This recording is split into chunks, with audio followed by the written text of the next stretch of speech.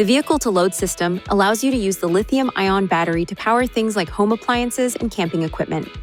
To use the V2L system inside the vehicle, locate the power outlet that you would like to use. One is located on the rear of the center console, the other can be found in the cargo area.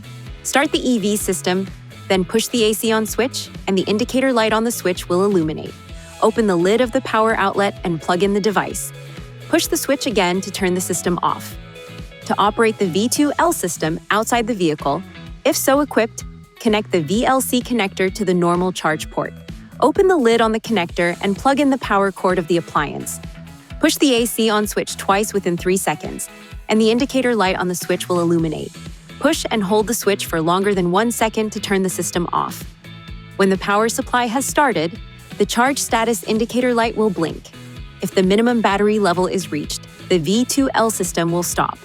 To set the minimum battery level, use these controls to select settings, EV settings, V2L power outlets, minimum battery level, then select the minimum battery level.